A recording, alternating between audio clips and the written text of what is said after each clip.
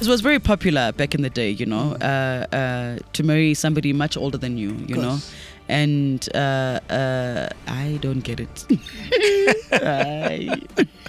Like kupataka, or you know what I mean.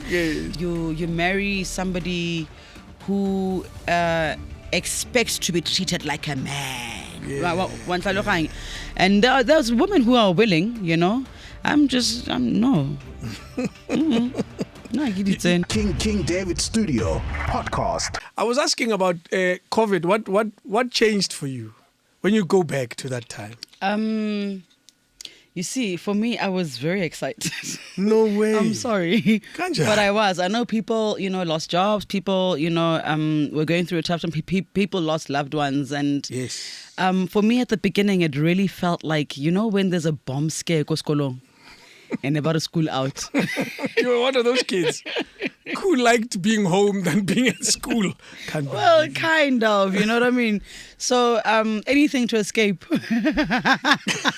Until it was 6 months and there was no work. Yeah, well, for me, it didn't take that long because I'm not used to being at home, indoors the whole day and Cabin fever. Yeah, so pretty soon having to face the reality of queuing up outside of shops started hitting, social distancing, running out of alcohol and other things. There you go.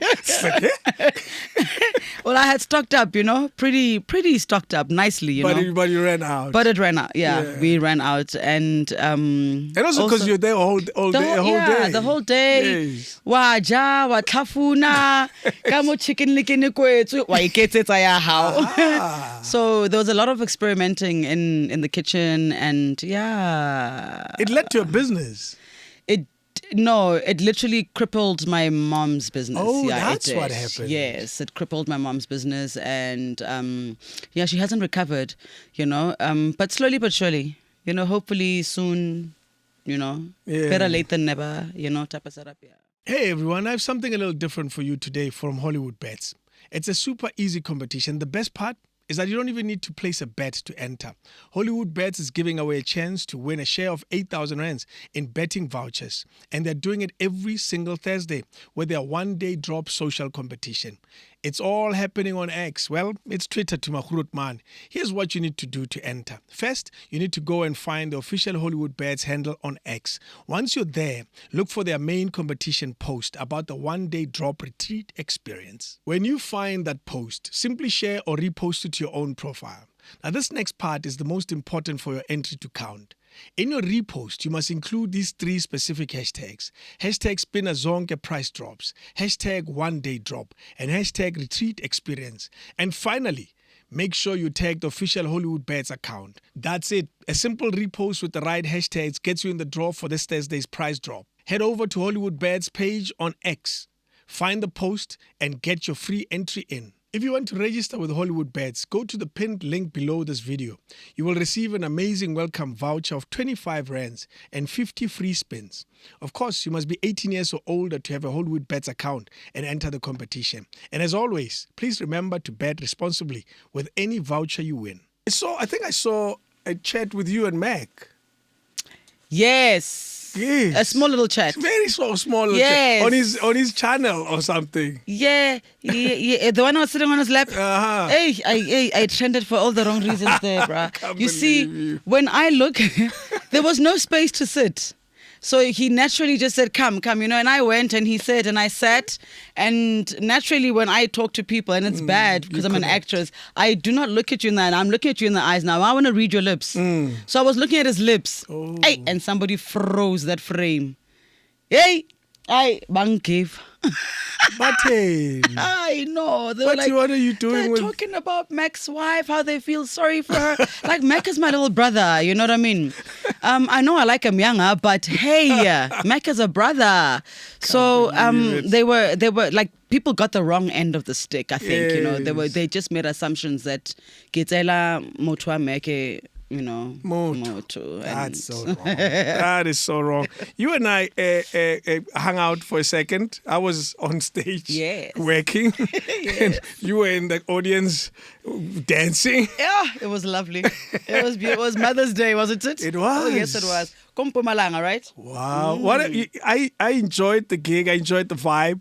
But I missed Ringo. I don't know if he even performed because there was a technical issue. No, he didn't. Yeah, there was a technical issue, so he didn't perform. But he did come up on stage and, he spoke to the crowd. Yes. And I was like, even if you guys play his music, it's fine. We saw the guy, Jeez, man. Yeah. It would have been nice to see. He's a great performer. He's amazing on stage. Yes. And he's got this horrible habit of enjoying himself too much. Too much. Which is good for the audience, bad for the organizers. Yeah.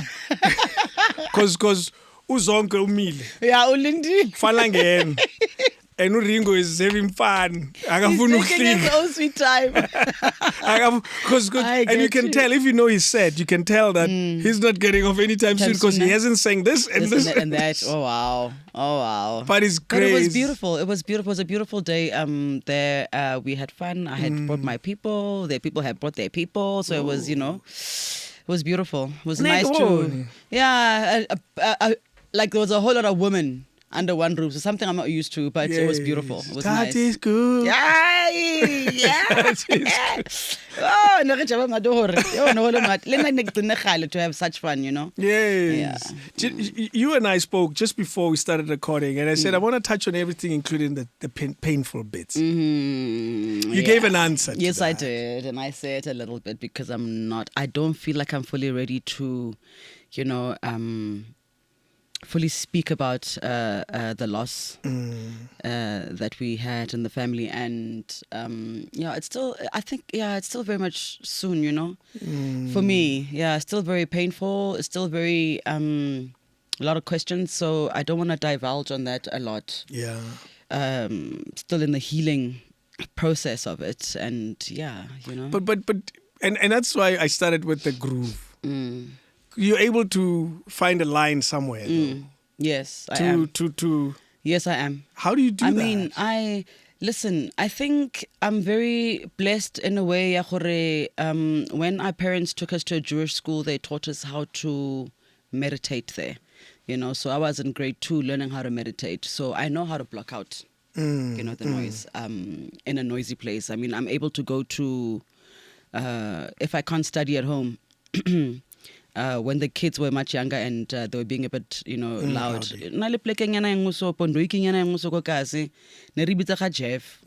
sadly, he's also passed on.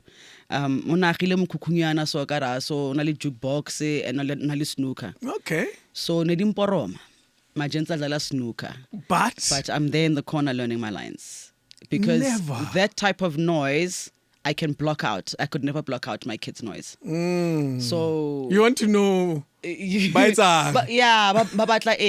that motherly instinct, always just comes out and jumps out, and like now you want to attend to the kids, and then you forget about work if it's something very long.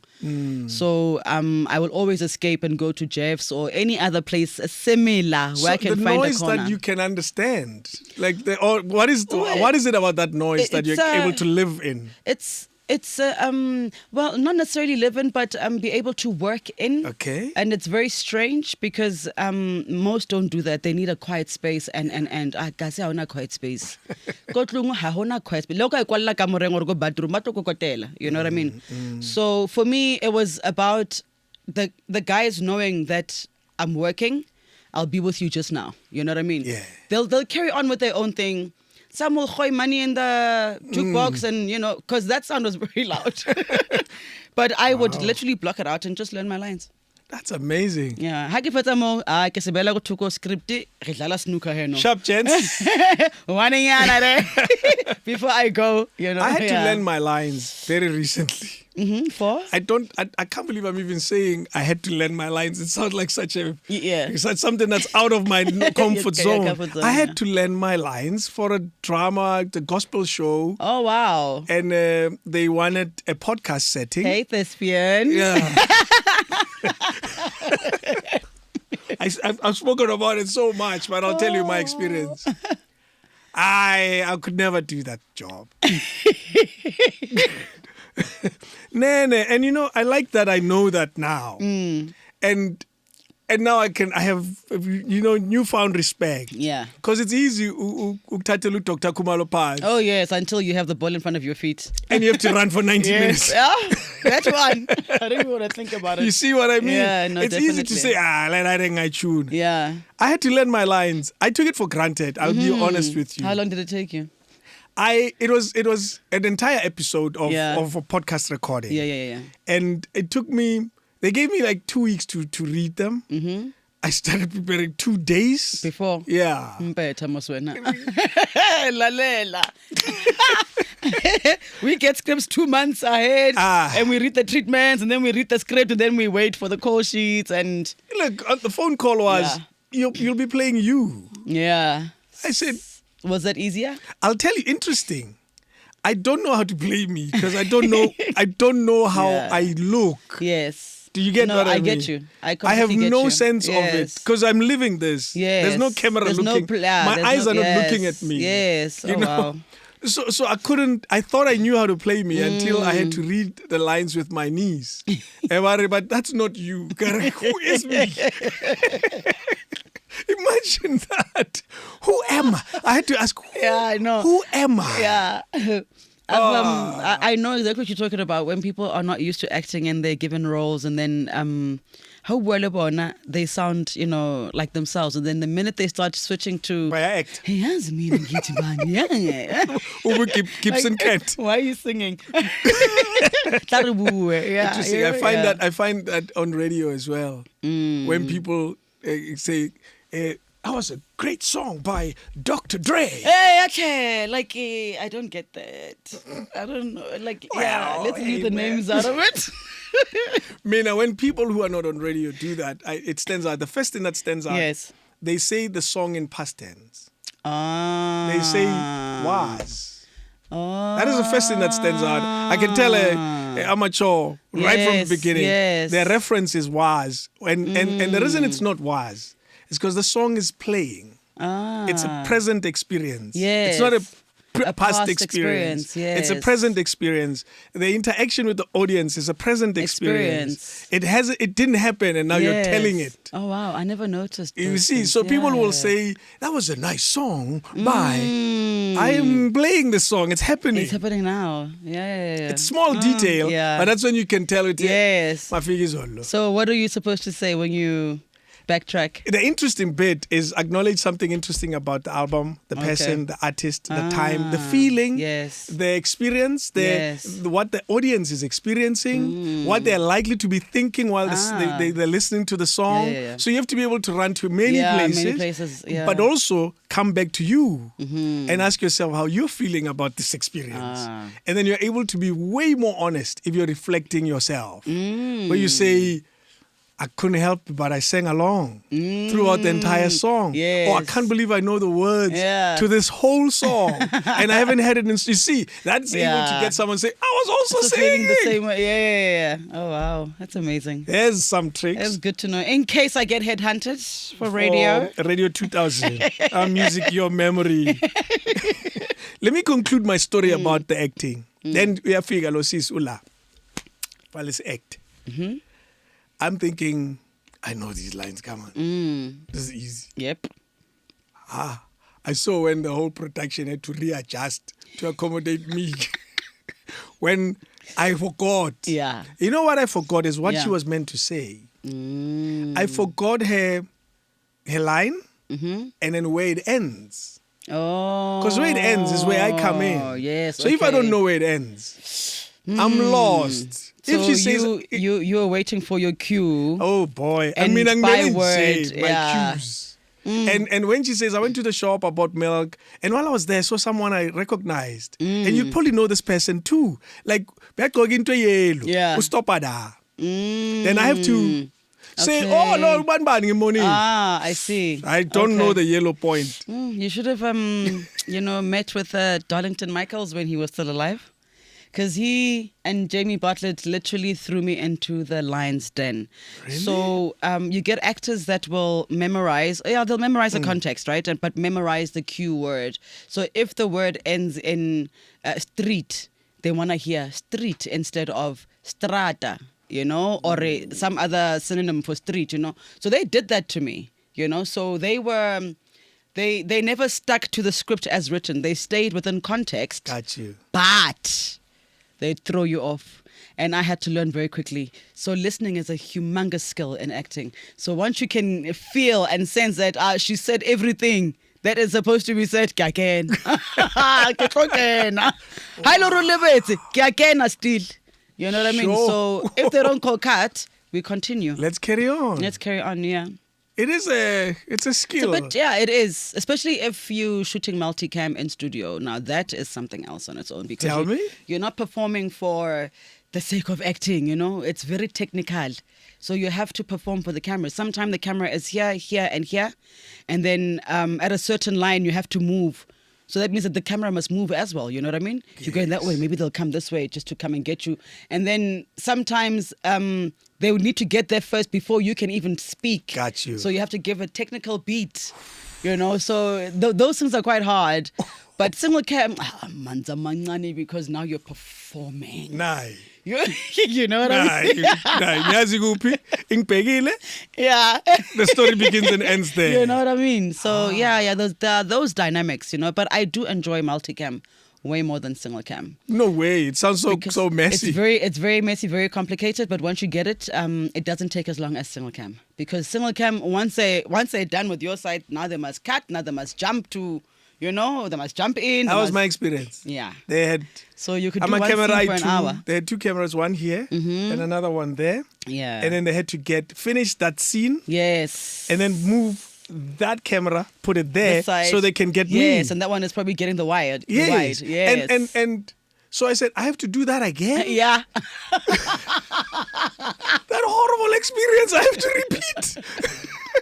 Oh, no. So we have come across actors on single cam that will, when it's your turn to be shot, they'd be giving you your lines while reading the newspaper. Oh. Out of character. Oh, they're not acting anymore. And for me, that is a bit unfair because, it's not an I thing, It's teamwork, you know what I mean? So if I'm going to feed you and feed you in character, I expect the same, you know what I mean? That's true. And if like I will go through the project with you and finish it and then say I will never work with that person ever again. Never. Nah. And there's a list. I do have a very, very short list. Yes. Yeah, very, very short list of people that I fear working with ever again, because we've worked with Malcopies, we've worked with divas, and I'm about, guys, let's just get here, let's shoot so we can go home to our kids. That the longer we prolong this process, then I don't get to see my kids or get to do the things that I want to do. Do you know, interesting, you say that because that experience ended an hour earlier than it was scheduled. Oh, nice. I was so proud of myself. Yeah, nice. Yeah, nice. But you know how we solved it? Mm-hmm. I said, do you know it's natural for the guy who's asking the questions to have the questions? Exactly. I wanted to ask, you actually could have had your script in front of you. Because, I suggested that. Yeah. And they said, actually. So then we opened a laptop. Yeah. And then while because I know it's only one camera. Yes. I'll be looking at my lips. That's how it was solved. Nice. What a miserable experience. Well, I'm sorry you had a miserable experience, but it's such a beautiful thing to do. And you're still enjoying it. I still do. I call us not just thespians, actors, but if you want to know anyone who not only for a living, right, but sometimes we do some of these things for free, who spends most of their time pretending to be other people, you must now understand what you're dealing with here. Okay. You know what I'm trying to say? Gotcha. So I'm not saying that we will go out of our ways to become liars and all those kind of things. But professionally, I pretend to be other people. So be careful around me. You're not pretending. I'm sorry. I'm not. I only pretend when I get paid. Where I get paid. Where's my wallet? I want a bit of pretense. I'm not good at pretending. I'm the worst. And on a personal level, I am the worst. I cannot. Because I I pretend for a living. You know, I pretend to be other people for a living. It becomes like it doesn't make sense if I'm gonna do it in real life as well. You know, so that's I get paid, but here I'm gonna be real. Does it come? Do you find yourself? It's a tricky one because a doctor can't stop doctoring. No, they can't. When they leave the office. Yes. When they see a sick person. Yes. And that's why in American movies, is there a doctor in the room? Yeah. It's a common phrase. Yes. Because the doctoring comes with you. Do you find yourself once in a while, actor? No. You see, the beauty with mine is that I wasn't trained and I didn't study. I don't hold a degree for this. You know what I mean? So I had to learn on the job. So I don't have a clique. Yeah.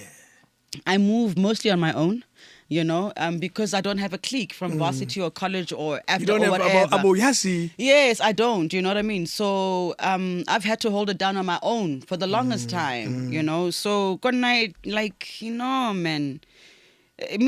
For me, this thing comes with money, guys, eh? In real life, I don't have time for that. So you switch it on. Yes, I know, like the minute they say cut for that scene, even if it's in the middle of the scene, we need to go back, I'm already MANAKA. What? You know what I mean? I'll switch back the minute they start counting down. And it's like, all right. Yeah, then I get into Lucy again, and then, you know, we do the thing, and then, cut. I always prefer being myself. I cannot stay in character. Like, for what? I mean, this is what, like, for me, I can't, you know? Is there a character, though, that, you know, we get those characters, we actors. Hey! Utfella! I love it. We get those characters where there's so much into this character. Yes. Like, it's a crazy drunk, it's a psychopath, it's someone whose characteristics are so strong that even the cut, like you need give me a minute, I need to take off this guy. Yeah, no. Yeah. Have you had? So I've had a character where it was difficult to literally step out of. I found myself taking her home this one time, you know. Then I had a character where I couldn't wait. Hey. You know, when Mandla gave me a call and he said to me, for lockdown, doggy, you know, I need you for this role, you know. And he told me about it. I was excited. Nah? Of course. Because, you know, it's one of the roles I've been wanting to play, you know. You say Kasi, not even Kasi. The character qualities. Oh. Yes. Not even Kasi. This one was she was mad. She was a serial killer. And then, you know. What's that movie? That show? That show, yes. Yeah, you know, so she got arrested. I forget. Yeah. Okay. And that woman, I don't know, she moved with a different spirit. You know, a spirit that I believe that exists in all of us. I mean, we can all become murderers. We can all become horrible people. We can all become all these evil things, you know, but we just choose not to, right? But that character, every time Marikat, Inesi just stepping out of it, and, you know, like normally I do, I had to shake it off. Like, that's how evil she was, you know? So if you're going to play a role like that, you know, personally, I do get affected a bit, you know? Like when I played Portia on Gazalam, she had contracted HIV from GP, right? And when she found out, she tried to tell him, and you know, he just, you know, pushed her away and said, you know, like all those funny words, horrible words that you don't want to hear when you're telling somebody, listen, I'm telling you this because I care, you know. And as the seasons went on, she became very depressed, you know.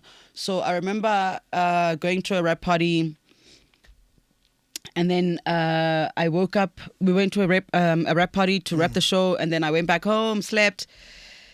That week, I couldn't, like, I was comfortable in the dark. You know what I mean? Windows not opened, curtains not drawn. I mean, you know, and it was. I couldn't get out of bed, you know, and for a minute I was a bit comfortable, but then I was like, nah, man, this is not me, you know. So I had to snap out of it. You know what I mean? So as much as I say I cut immediately, sometimes these characters can really affect us. You carry it with you. Yeah, so you that's carried why, that depression. Yes, I did. I carried her depression with me, and I wasn't even depressed. That's what I'm thinking. What the hell? You know what I mean? So this is why when these Hollywood the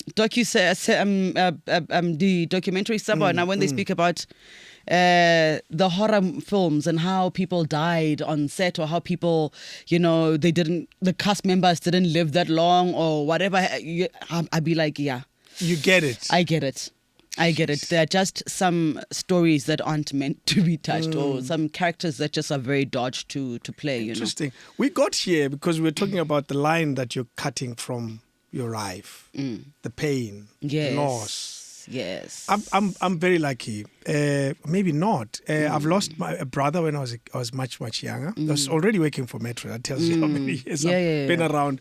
I got a call. I was doing my radio show on a Saturday with Babi Muloi. I was producing her show. I get a call and the words were, "Come home." I was on air. Yeah. You're telling me to come home. Clearly there's something wrong.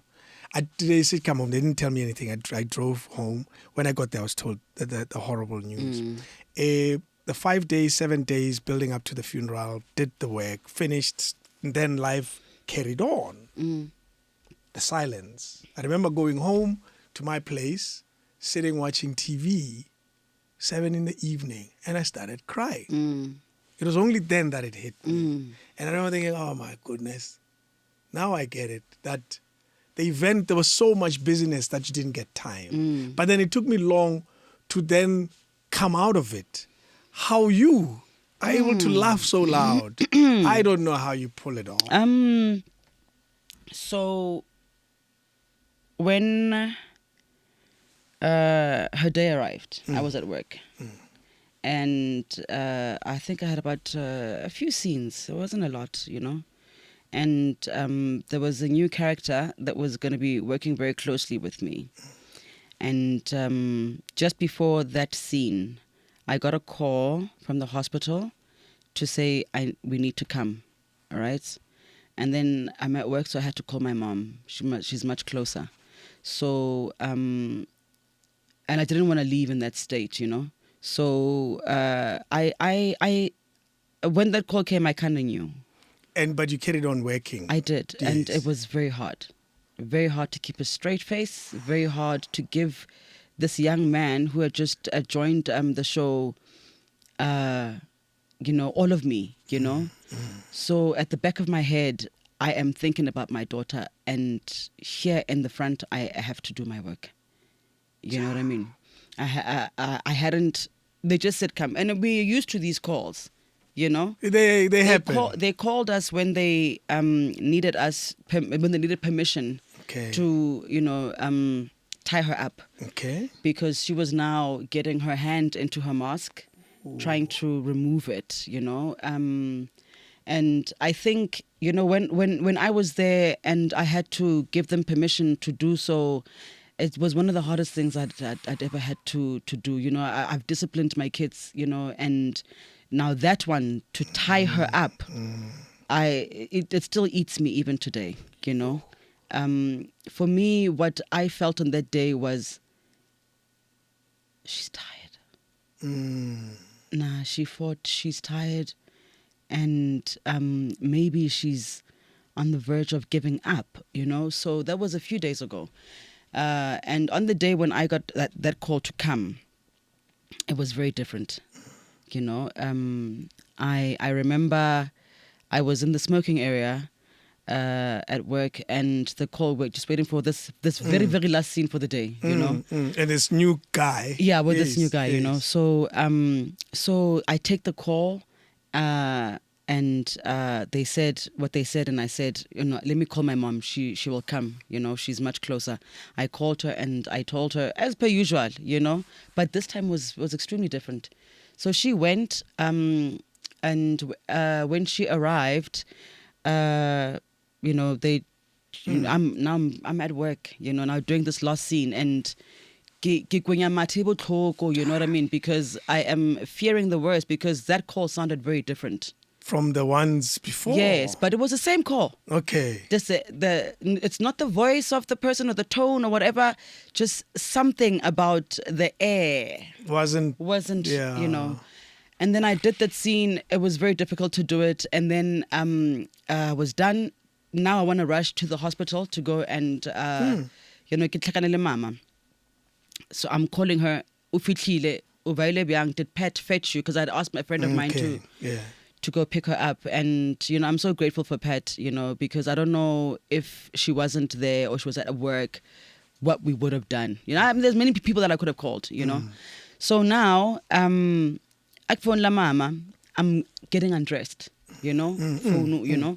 So work clothes. Yeah. Yes. So and then she says, I think the first thing she said to me was, she looks so peaceful.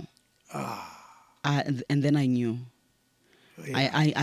I knew, and then she started crying, and I started crying, and you know, just a few days ago, few nights ago actually, before her final day, I have this red fridge in my bedroom, and I just normally talk to God, you know. My prayers are just conversations with God. And so I think that particular evening, you know, I have never prayed this hard in my life. I have never ever prayed this hard. You know, I'd be a better mom, but at the same time I'm thinking, even if I'm a better mom, I mean, I'm already a good mom, you know. So what else is it that I can do? Better than this? Yes, you know what I mean. So and I apologize. I like, let me not make promises that I can't keep. But tato ya hao hayetseg, you know. And as people, we tend to forget, you know, tato ya modimo ha se tato ya hao. You know what I mean? It could either be that or this, you know. So could be the worst for you. Yeah, you know. Yeah. So when my mom was crying and I was crying, and I remembered that prayer that I made, you know, and I told myself, I have no right to ask why. Yeah. I have no right to ask why. It's been very difficult, Dave, and I don't know. The reason why I don't want to indulge is because I've lost memory. Stop where you feel comfortable. Yeah. I lost a lot of memory. Like I can't remember a lot of things. It's like a kg. Oh no. So it affected me in that way, you know. I'm skis. And so therefore I don't want to be doing interviews particularly about KG because I think I'm still in like waiting area to figure out to see if I can still remember. You know what I mean? So for now, I'm at a point where I had to, like, you know, I couldn't sit look at matrasing. I couldn't, you know. I felt as though if it gets I need to do certain things I need to do it my way. Katsela eki feel uncomfortable and for me that was that way. I did chill there, but it didn't feel right for me, you know. I needed to be doing the running around, you know, getting this and getting that and preparing, you know what I mean? So and that's what you chose. That's what I chose, you know, and I don't feel guilty about that. I don't feel some type of way about it, you know. I did what had to be done, you know. If I didn't get up and do those things, I don't think that I would have been able to delegate, you know. I understand we've lost a loved one, but my womb has lost a lot, you know what I mean? And yeah, I'm trying not to cry because I've cried so much about this, and it's not like I'm saying it's not worth my tears. Yeah, do you know, interesting, and I'm not taking you back. And trust me, I can't wait to stop talking about this myself. Yes, please. we had a recording, you and I. Yes, Here's a yes, we quick did. disclaimer. Me and you we sat here for 4 hours, the two of us on a Saturday. And I didn't even realize it was 4 hours. I'm embarrassed. You had a lot to say. It's not my fault. I always say I ask short questions.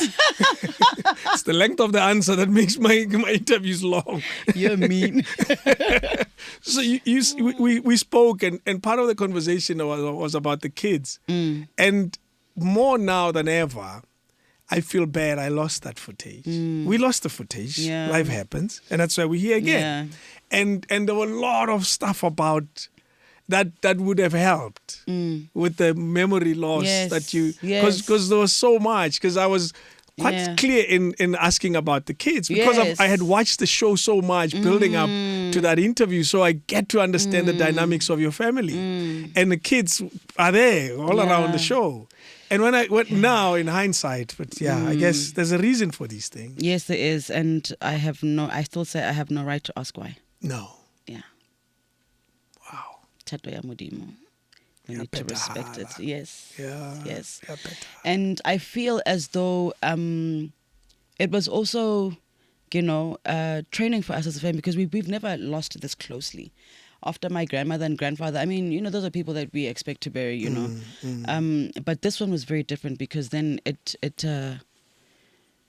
literally brought us together. Especially between my dad and RANAKA, So I learned a lot from that process. Now I know what to do. You know what I mean? And the mattress thing, I'm not comfortable with it. It's when so much has to be done, I don't want to be spoken for. I don't want my feelings to be spoken for. I don't want people to tell me how I'm supposed to feel. That I'm supposed to act like this in a situation like this. True. And I can tell you how I want to feel, how I'm feeling right now. Yeah, and also the running around, some may say it was an escape. Maybe it was. Maybe I needed it, but there were things that needed to get done. So whatever label you give it, it's okay. Yes. But things had to be done. And in some instances, I had to go and do them. True. We take long to bury for all sorts of reasons. Historically, we go back to migrant labor days where people had to travel far. Yeah. People had to, whose remains had to be taken far and so forth. Those who were coming to the funeral had to come far.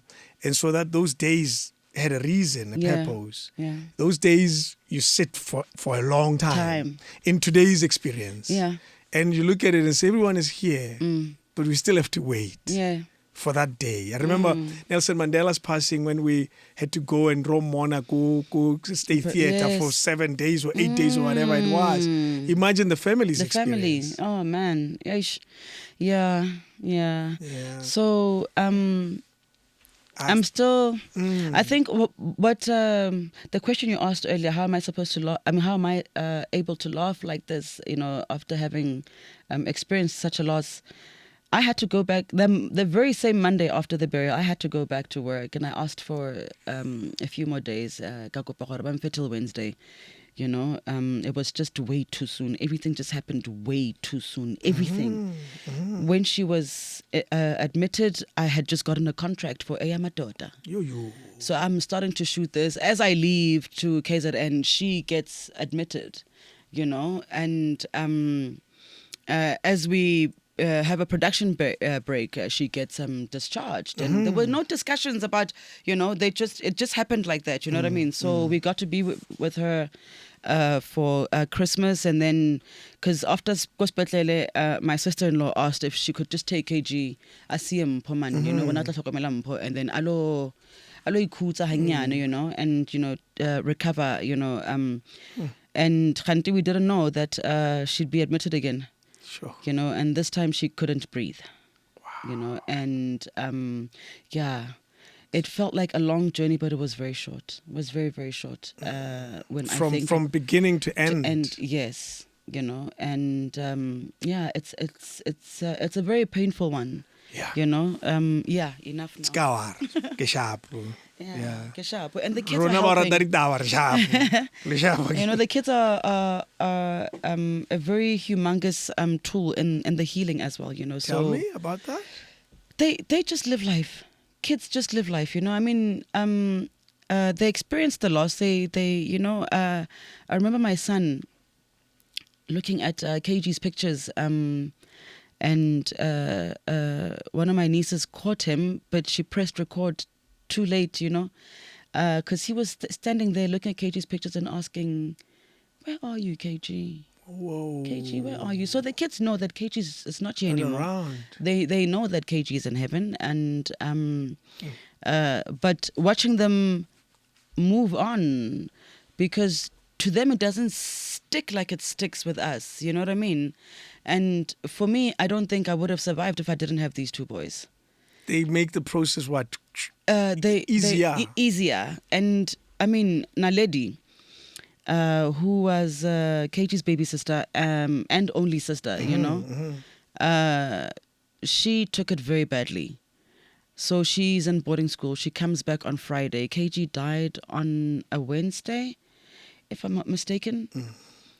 Or sometime in like at the beginning, at the beginning of the week. Yes, nah? okay. So we had to hold. Oh no. Hold. Oh no. Hold till Friday when she comes back. So we didn't even tell media. We didn't tell anyone. Only the people at work knew what was Just happening. so it doesn't leak. It doesn't leak, you know. So we didn't tell a lot of family because it you know, so that Lily doesn't find out. Go to social media.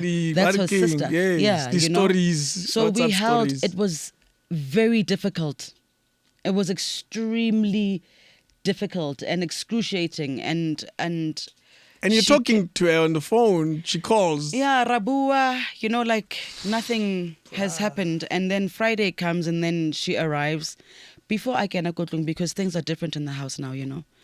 And then I tell her, I put out some, and she bawled. She just couldn't take it. She locked herself in her room. And Sunday, she came out of her room and she said, "I want to go to school." Wait a minute. Yeah. And so she went to school. We took her to school, you know. So for me, it's some people might say we're running away. I don't know, you know. But she chose school. She chose her academics, and she chose to move on in that way and not dwell in pain. And I commend her for that. And that gave me strength.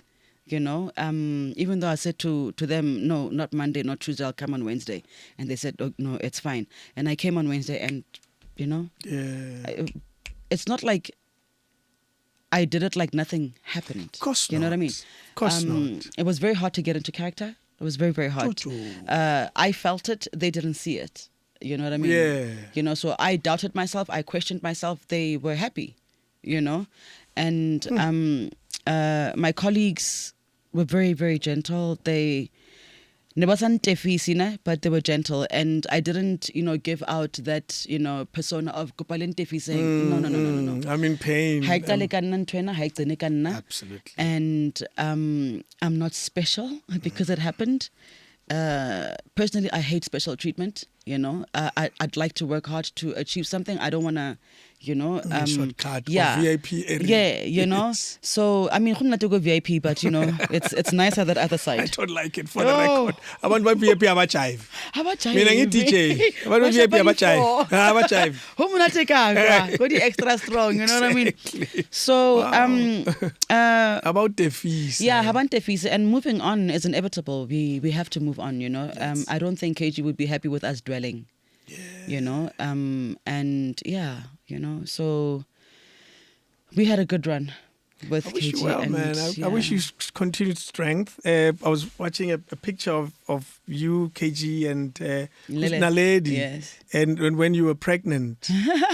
There's an Instagram picture where yes.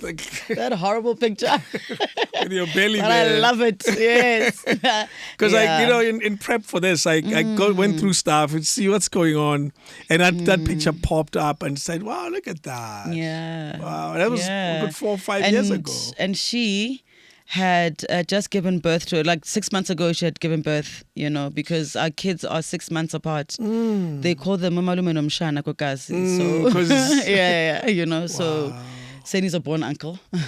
Yes. I carry that burden too.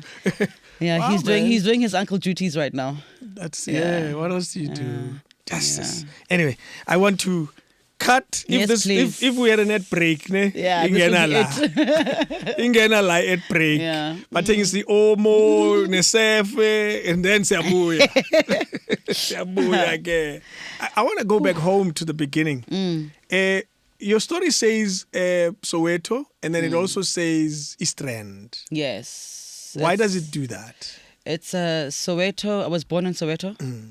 And then we moved from Soweto because my dad wasn't happy and was getting a bit violent with the protests and everything else. And are we talking about which time 80s. in Soweto? In the 80s? In the 80s, yes. early 80s. Yeah.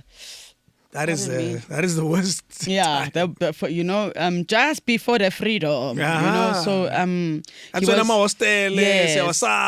You know what I mean? Yeah, yes. It was that era, and so we experienced a lot, go Soweto with the riots and everything else, and Makumbre di Kamo, people getting necklaced, and in Sub A I had to witness, my classmates and I had to witness some,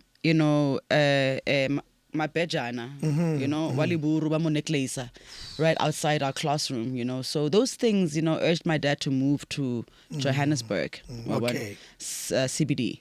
So from Soweto we went to CBD. Very, very different. Yeah. Very, very different. When was still clean. Yep. And not so packed. So we lived there for quite a number of years, and then we moved to the East Rand in, I think, 89 or 90. Okay. That is quite a significant amount of time. Yes. Yeah. When just after Mzi was born, he wasn't even a year when we moved. When they bought a house, go Sprayed View, which we soon lost, and then we moved to Vosloorus and now Regulion Daily. So yeah. But the time in there's something significant that happens during your time in town. Yes. It's not just No. So when I was in Soweto, I was surrounded by musicians. We had Uncle Chico. Okay. So we saw a lot of these musicians. I mean, my mom worked a bit with Singyaka before he knew he could sing. He was a hairdresser, or a hairstylist, and I was going to go saloning and so. And so I was surrounded by these artists that sing. When we moved to Johannesburg, now I was surrounded by artists that act. You know what I mean? There you go. And my favorite thing to do, go Josie, when we were living there, was to, after cleaning and getting out of big sister duties, I would go roam the streets, with my friends, and there were a whole lot of buskers back in the day, so. Ke Motswana wa moZulu, o na le Xhosa blood. So I was surrounded by Zulus. You're a true South African. I was surrounded by a lot of Zulus in Soweto. Most of my friends spoke Sizulu, and then there was a few of us, Basetswana, Sepedi, Soto. And then when I moved to Johannesburg, now I was surrounded by a whole lot of other Zulus, you know what I mean? Okay. Taxi rank guys. Even our caretaker, whom we loved so much, was a Zulu man, So, renke. And then there was this thing. This group of buskers, it was a whole lot of kids and this 1 or 2 or 3 adults, you know what I mean? And Gandlamu, So I couldn't wait for weekends so I could go and watch those kids dance and, do the whole, and we would mimic them, I think Kabonina, probably, because I grew up with her, Kodi Fleteng. I think, because we used to roam around, we played very dangerous games. Like what? I have a fear of heights today because of those games. What? So our Black Mampatile was very different to when we played. Well, because these are flats. Yeah. These are skyscrapers. So we would find ourselves hiding outside windows. and there's nothing behind. There's nothing behind. There's no sponge. There's no wall. There's nothing to hang on to. So if you lose it and die. Sometimes we would hide, balcony, climb it, and then carefully, go down and hang on and put your tippy toes there so you can balance. So what the hell is that? We would go to the 10th floor and say, guys, I can nankasewe. on a balcony ledge. And we would be walking like this so we played some of the most dangerous. We went into basements in seek of cats. Stray cats, so we could bring them home. Dark basements, I tell you, and like Joburg City was your my oyster. Playground. It was my playground. And so there was a lot of that, right? In between. We used to walk to Hillbrow to go and swim, so there was so much happening, and it was safe but not safe, because got the milk cartons, there was always those missing kids' pictures, so we had to be extra careful. So we became extremely street smart at a very, very young age, and so going back to Kodi Flatting, I was discovered by Mère Rosaline Morapedi, may her soul rest in peace. She asked my parents if I could come and play her daughter for a music video. Yeah, Dalom Kids, so we are revealing our age here. Your first gig my was very, Dalom very Kids first gig. video. And let me tell you, the shooting was nothing because, when you're a natural, you're a natural. But my main focus was there. Which is? I was like, I've never seen so much food in my life. You were impressed by the catering? Mamel. I wonder if she still acts today because of the catering. Maybe. That's amazing. So it was a beautiful thing to experience. I didn't think much of it. Because ra actor, ra dancer, it's all these things. So I figured it's more of a hobby than anything else. So I just turned out to be extremely good at it. That it just kept on following me. I wanted to do sports management. I wanted to get into business. I wanted to study other things. But drama wasn't one of them. You know what I mean? So had I probably not failed 2 subjects in matric, I probably would have maybe be in the soccer field somewhere, or managing some team. Yeah, and running a business at the same time. You know what I mean? So this just had to bite me. And stick. And it stuck, And sometimes you need to, recognize when you are good at something. You don't need to be told by other people. You should know. I'm a good baker. I can bake cakes. That's what I do. You know what I mean? Yes, so...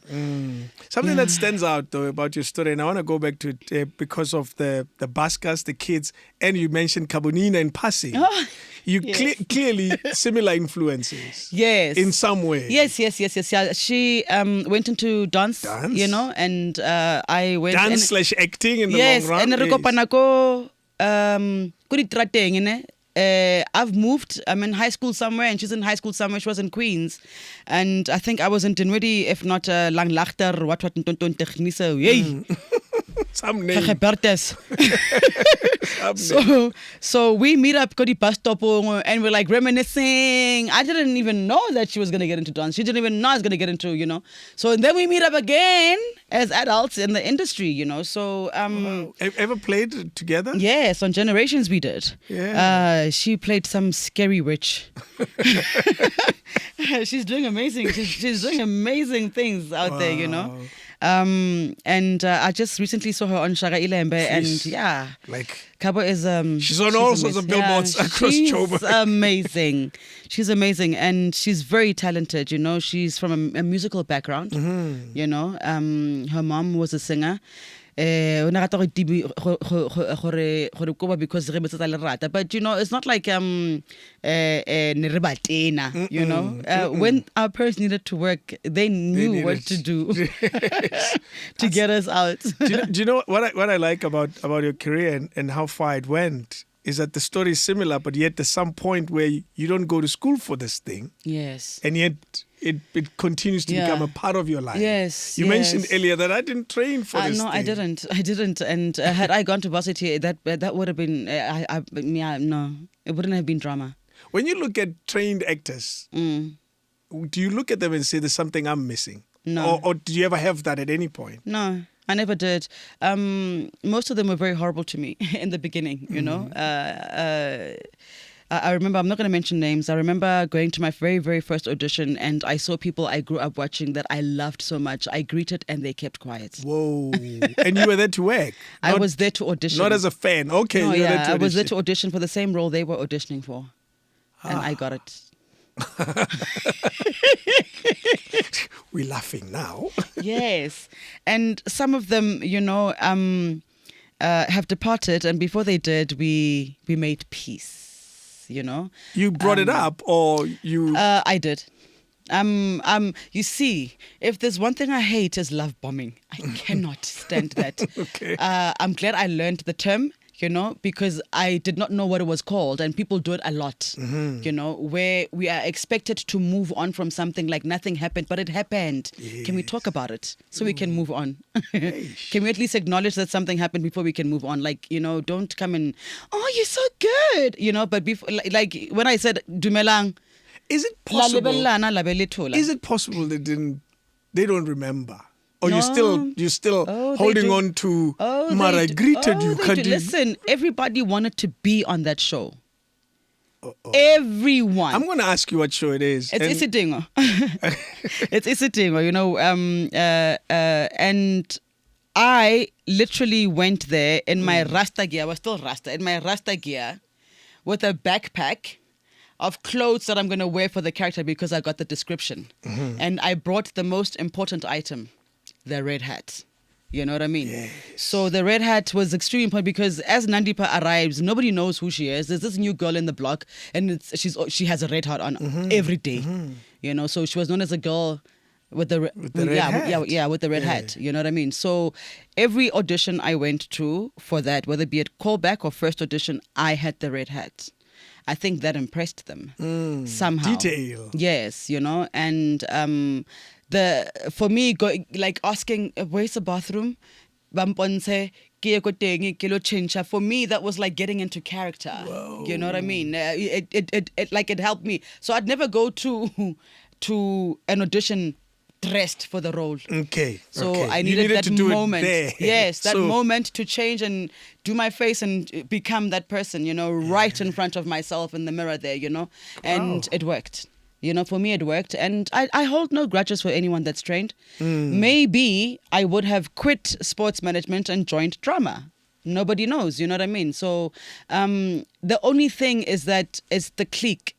I don't have a clique. Yeah. So I roll on my own, and it's not a train smash, you know. I trust myself, but I feel as though, you know, the cliques, you know, they move together. You know what I mean? They move together. They're from the same varsities, the same colleges, and it's easier for them, and it's easier to grow, you know. So for me, I still have to, you know, hustle my way up.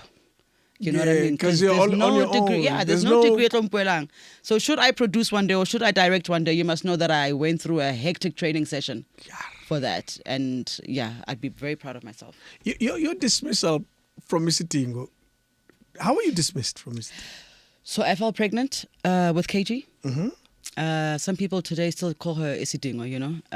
So I went through a crazy time there because for 1 minute they were going to write it in, and the next minute I was told that they're going to write in the pregnancy. Yes, and then when they said actually no, we're not, and I asked why. It's like no, we you know, can't remember, and I left them with the storyline of how we could do this. We don't need to keep the baby. Yes. Then we continue. I mean, she was a hoe, you know what I mean? So could have been still born or whatever, you know. So I left them with that, and they still fired me. On my last day, I didn't know it was my last day. Joe. So I felt as though there was a lot of animosity, and I don't know what I did to people. You know what I mean? I just stood up for myself in certain instances, you know. And I remember there were two instances that really disturbed me at work before I fell pregnant. One of them was with Jamie Bartlett. You know, so I went into their room with Darlington Michaels, and may their beautiful souls rest in peace, because we patched things up with Jamie, you know. Yes. And so Jamie literally touched. Now I'm a Rasta girl, at that time. Not So- only on TV, so to speak. You're not only rough on TV. Yeah, no, You're yeah. equally. Yeah, so I was saying that I was a Rastafarian at the time, right? So I was very careful of whom I surround myself with, what I put into my body, all those things. You know what I mean? Who touches me? Who, you know? Yeah. So I was sitting in Darlington's Michael's room, and we were learning our lines. I mean, we were going through our scene, and then that scene had Jamie in it. So I was sitting with my legs on the couch, and then he comes and plonks himself there, and then he starts touching my feet in a very weird way. It could have been just a simple touch, but at the time, in the space I was in, headspace, I did not appreciate that, you know. So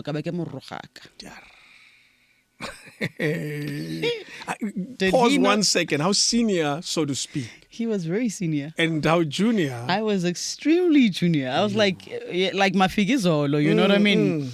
And not that should matter. Yes. Yeah. So I didn't appreciate that, and I told him that Queen Elizabeth how he was so offended, and he like alompaisa good producing.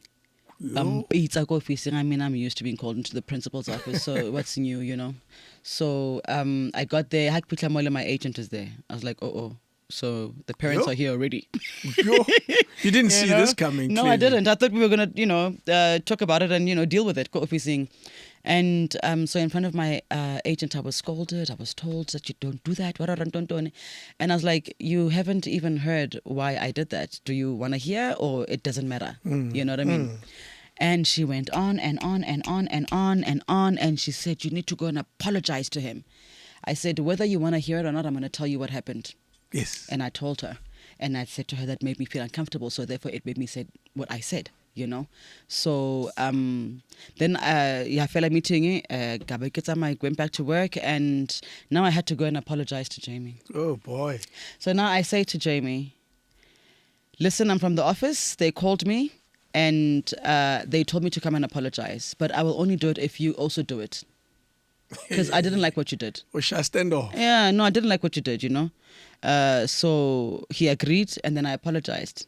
And he didn't, Jamie. But he apologized years later. Oh, so he did eventually? Yeah, no, he did, you know. Do you know what led to the apology later? We were joking about it. I think it was on Rhythm City when I had a character there. Okay. And I was like, I don't know how it came about, but that fight came up, you know. No. And in a cordially... Yeah, very, very cordial. No, we were long over it, yes. you know, because we had met, you know, but he had never. But on that particular show, he did. And I was like, you're such an asshole.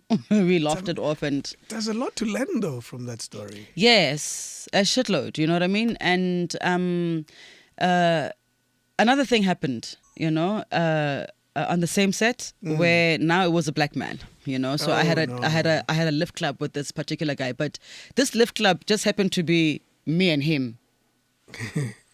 Wow. You know, so then I said, oh well, Snagzin, you're thinking too much, you know. You can't judge every man like that, man. And at the time, where were you staying? We're staying go for Slorasco East Rand, yes.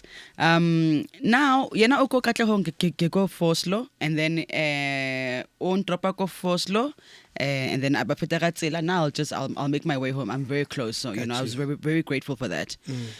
So I noticed some things a bit strange, you know. So the garage or botella petrol, kemofa my share, right? For the ride. Yes, I don't know. No, it's okay, you know. I not got trial and tuna, but it's okay. I know but in some other ways, you know. So kaya go attendant kabekere fakalitli pa ena extra. He was here seeing this act. Yeah, you're making sure he gets his money. Yes, I told him that I'm going to go buy something. Okay.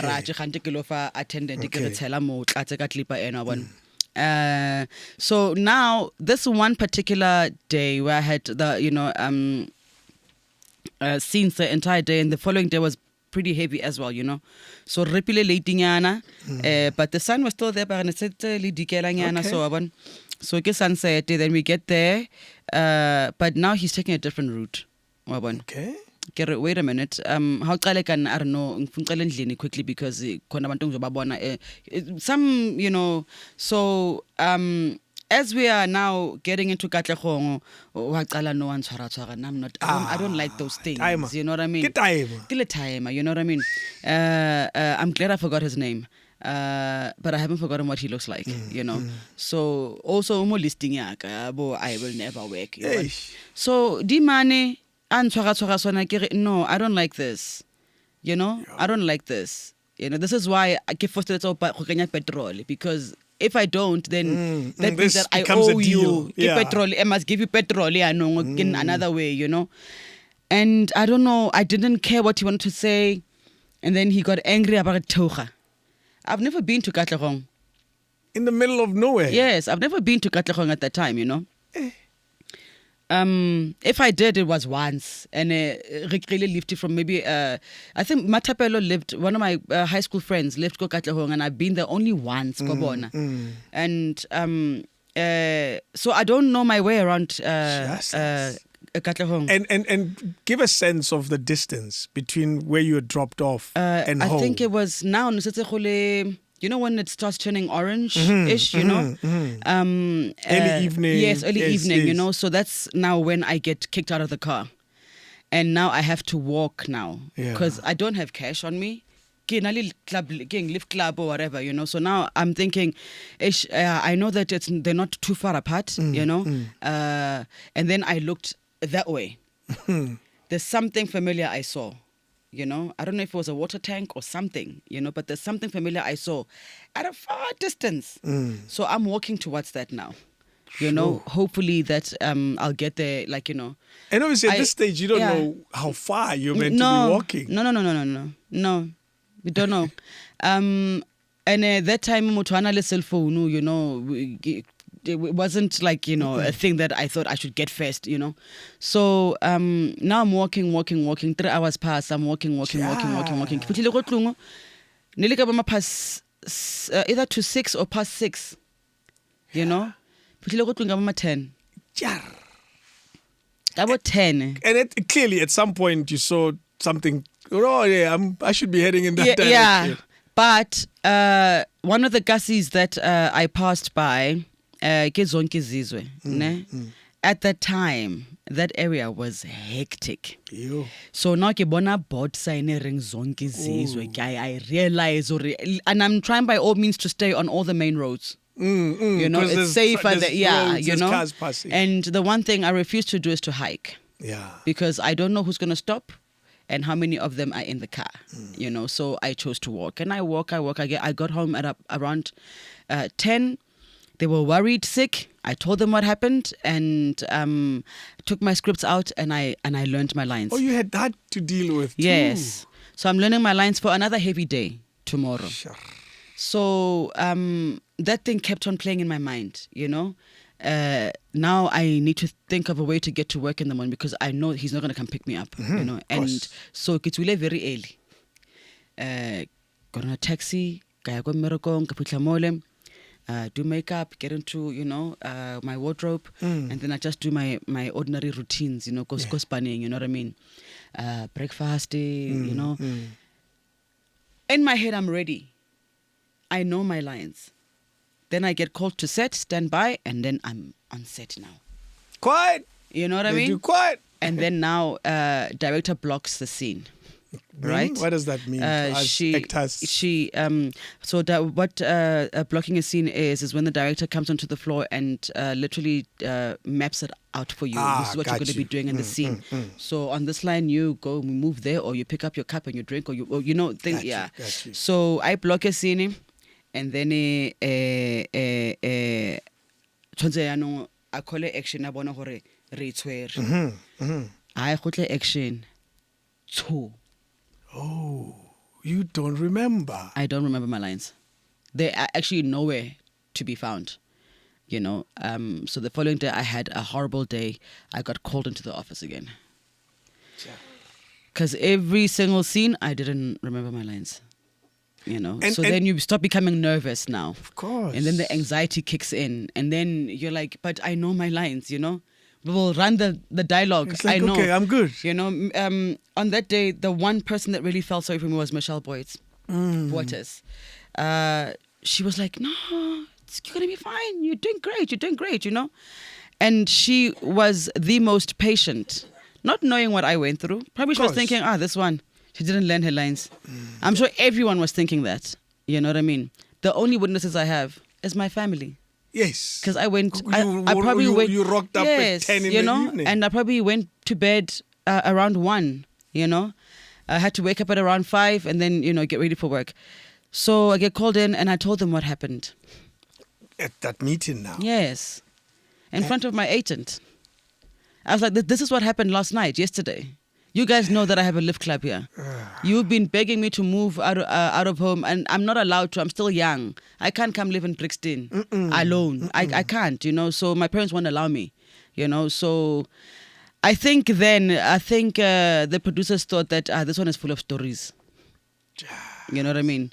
And then I lost a job. So they didn't attend to this matter? They didn't. They did not. They didn't call this They did not. The room? That guy had hands this big. Yeah. Fingers this. He's a giant of a human. He was tall. Very tall. I wouldn't have even been able to fight him off if he had done what he wanted to do. Like, who's wearing me bobo for the fingers out here, you know what I mean? And he's very scary. You're saying you lost your job?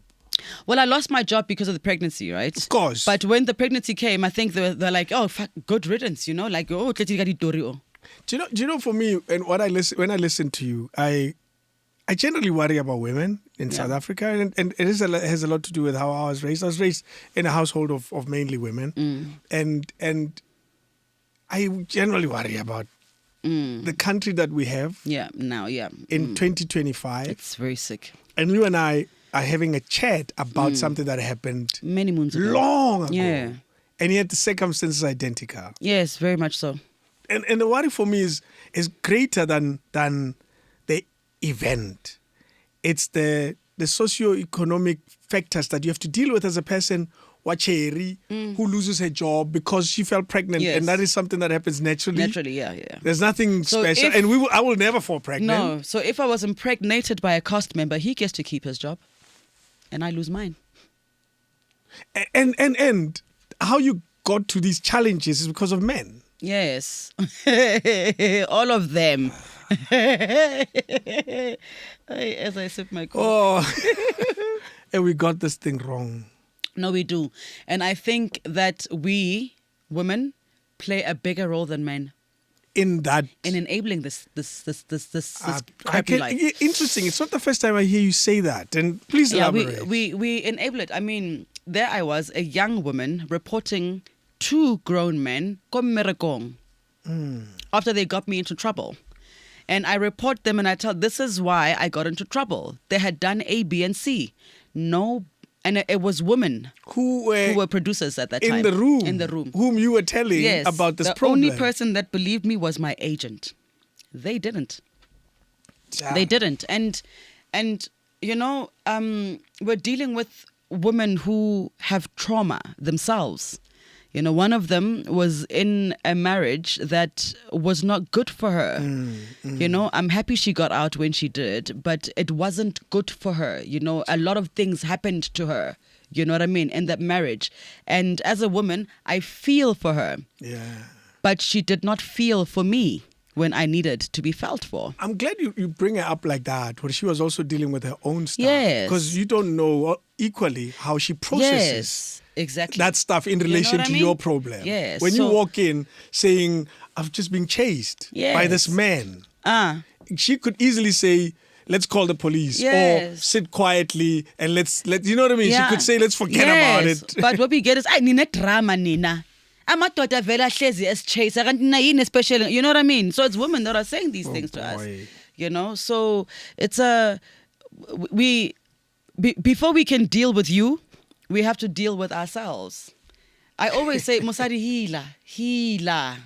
healer. You know, I haven't done the work to heal in terms of professional, help, but I have made sure that I learn tools. I research. I feel like I should become a researcher for a living. I do so much research that I have been able to help myself in certain situations. Yeah. I'm not special. I'm not saying that I will never ever be depressed. I don't know that. But I am working on preventative measures to prevent myself from getting depressed. I've been through a shitload of shit. Trust you me, I've been through, if I were to tell you my life from as a kid, I'll tell you a little bit. Go deflecting. There's as much as it was, There's a chase. Yes. Go deflecting as much as I was having the most fun and, as a kid, doing kid things and enjoying watching buskers. And there was a guy called Mad Joe. He was a tap dancer. He was from Katlehong. And I also used to enjoy watching him. There's a whole lot of performances happening, around us. Then there was this one guy, very handsome, light in complexion. He was wearing all white. On the day that I decided to wear my polka dot top and skirt, he decided to go and visit his friends, go deflecting. I went to go buy bread. I didn't leave the door locked, right? So, because it's just downstairs, from the 6th floor down. So you didn't and then leave the flat door locked. clear. But when I came back, it was locked, Okay. So I'm sure a sibling or, parents, whatever, So I come back up, I'm like, I went down very fast, jumping. It was fun, Kid. Jumping steps. I could do 5 now, you know what I mean? Coming back, I'm trying to jump the same steps. Yes. And then there's a group of men that was standing there by the stairs. I remember him in particular because he was the lightest of all of them. It was a quick glance and I moved. I didn't expect anything. And he literally he lifted my skirt and he touched my ass and he had fun. You are a kid. I'm a kid. I was 7. I ran up so quickly. I literally chase him because I knock out of fear. I turn back. He's there. He chased you. He chased me. Now he's standing there right across me. The only thing between us is a lift, and the lift is not going to protect me. No. Even if I wanted it I could run to the lift and press a button, but he'll be in there, and he will have some private time. Rather, I stay there. I start banging the door. Papa, Mama, Tusa! Then he starts rubbing his groin area. That's the first time I saw a hard-on in my life. oh man. And I was troms for days, and that guy became my stalker. Oh, it didn't end there. No, it didn't. He would follow me. So I think the chase is what he liked. That guy nearly got me. I was nearly one of those kids that would have grown up with a messed up head because of him. So the one time, nakilebetse ka mthako. Right hamikela. Akere tlepskiyo. I think even in his old age, I still recognize him. Then he starts to chase again. That guy likes to chase me. My gosh. And thank God I was an athlete. Sure. Thank God I could run. Because I ran, but I've got little feet, Of course. So as he's about to catch me, I spruce across to the fire escape stairs, Because he nearly Yes. Now I'm far from everyone. Wow. I'm using the fire escape. Yes, of so course, he could have yes. done whatever, and no one would have known. And he would have thrown me over, and people would have died.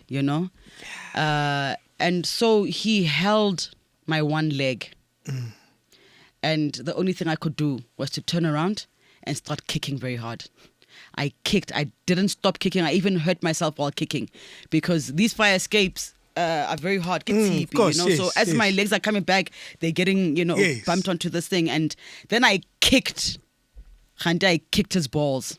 And that stopped him. That stopped him. The minute I saw Jorge, that actually stopped him, I ran. only later on I realized, oh, so Mushimani Omu, okay. There was a discovery there. Yes, but I survived, I think the hugest trauma I would have ever, endured. Didn't you bring this up to the parents? I did. Yeah. I did.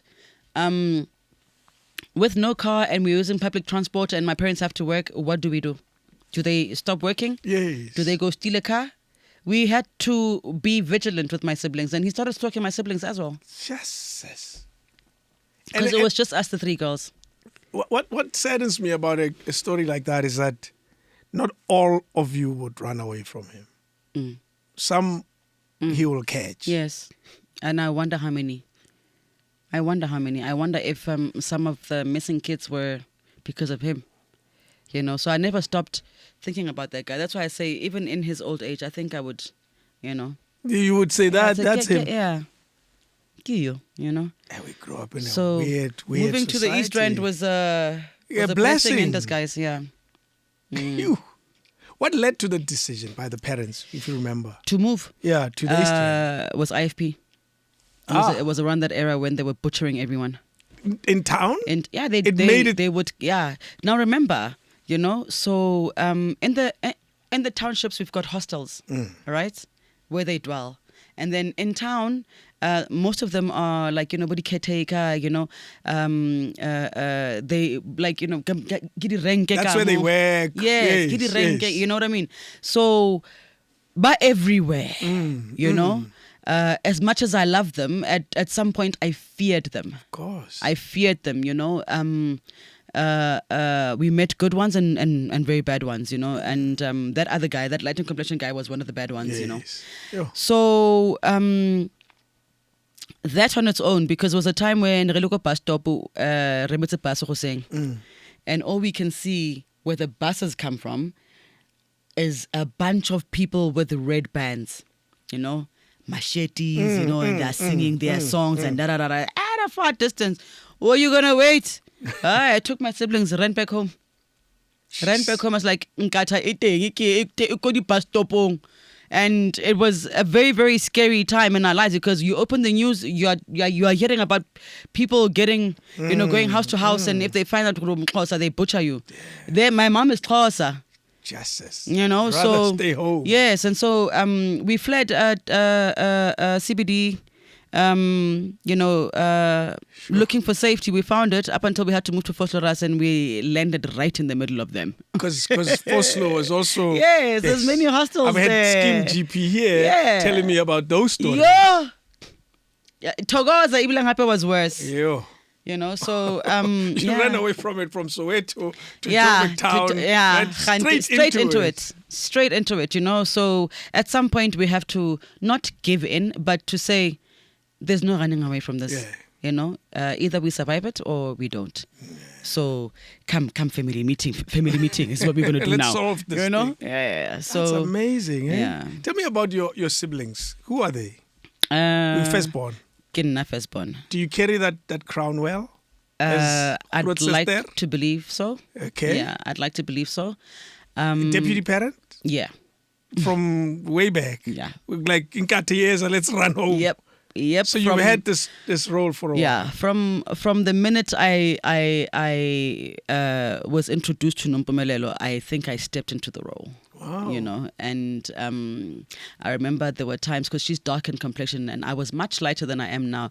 She's tricky a few things, but we won't discuss that. Okay, let's leave it. So they would always tell me how beautiful I am and always not tell her.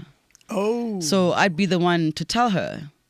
You know what I mean? Yeah. So I think that's a big sister. Yes. Emotional intelligence. Yes. So and then Dineo came through, and then Mzingisi, then RANAKA.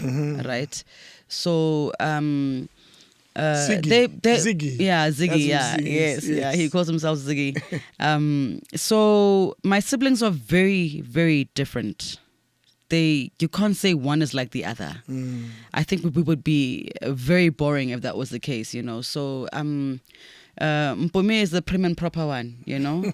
I think her biggest battle with me was that I love being childish. I love being a child. There's a sense of freedom that comes with, you know, being a child. It continues still today. Yeah, so I've never let go of that, you know. And in our teenage years, that used to irritate her because she felt I wasn't mature enough. What is the age difference? 2 years. Well, you can understand. She expects you to behave like her. No, you know. And then has she adjusted over time? I mean, over time, yeah, she's accepted me for who I am. You know, that's okay. Yeah, there's no changing MANAKA. I mean, you know, you know, you're just different. Yes. No. And you became a Rasta. That's you know worse. What I mean? Yeah, I'm like I explore, man, you know. And so Dineo is Dineo, you know. Dineo, she's like, you know, very, very outspoken, and she was that child, and it's not something new to us, you know. No wonder she doesn't surprise you on the show. No. Because we would get surprised. Yeah, no, get into it. All right, you know that's fine. So she was that kind of child where if they were to ask us, oh, okay, guys, how was your day at school? She'd have the longest answer. You know what I mean? Man. We were like, no, it's good. We did this and then that, and we had athletics, and then we came back. And then Bumi would tell her story. Then Dineo would tell the longest story, like from. You know, ba kena ka gate, ba dlala le dithomi tsa hae to the first class. Yes, you know what I mean. So, and then Mzi is how can I put it? Mzi is a charm. I like Mzi the most. I know everybody likes Mzi. Everybody likes Mzi. Mzi is a charm. You know. So my grandmother says that Umukopota Abutwahai, who passed on, you know, when they were young. And even like I read everything about so Umutaraputi sometimes, you know what I mean? So yeah, Mzingese naturally, Kile Chamashem, first boy, was loved by everyone, you know what I mean? Adored. Walked into love. Yeah, you know, he was adored. He was, you know, wow. You know? Boy. You know what I mean? And then when RANAKA came, I think we were all tired. Really? I was tired of being a deputy parent. I was going through my own things, you know. So I think the two boys will tell you a thing or two about Chisampa Maya Uswabona, you know. Really? I mean, I would about my older sister. I mean, I was a teenage girl. I wanted to go hang out with my friends, you know. Mujolonyana there and there, you know, and hey, Sala. Lock you in the toilet. Bruh. I'm my neighbor Sadisa. Wow. Unatla sala shem kampa mai one fella. Even till today, Mzi says, I want to guys go to Shapari Mpama Maria Uzwaka. I came out to experience. Sounds real. It sounds way more real, eh? So and interesting, you know, when I look at your family, another name comes through. And she comes through by marriage. And even earlier you spoke about her. Is it Michelle? Oh yeah, Michelle. Yes, Michelle. So it comes through Ziggy. Yes, through Mzingese. So when Michelle and Mzi started dating, you know, I sometimes like to look at that picture of theirs when they were very skinny. Like Michelle's got hips for days, but there I get born. What happened here? So I knew of them when they were dating, and Michelle's mom loved Mzingese, and you know, she also passed on, you know.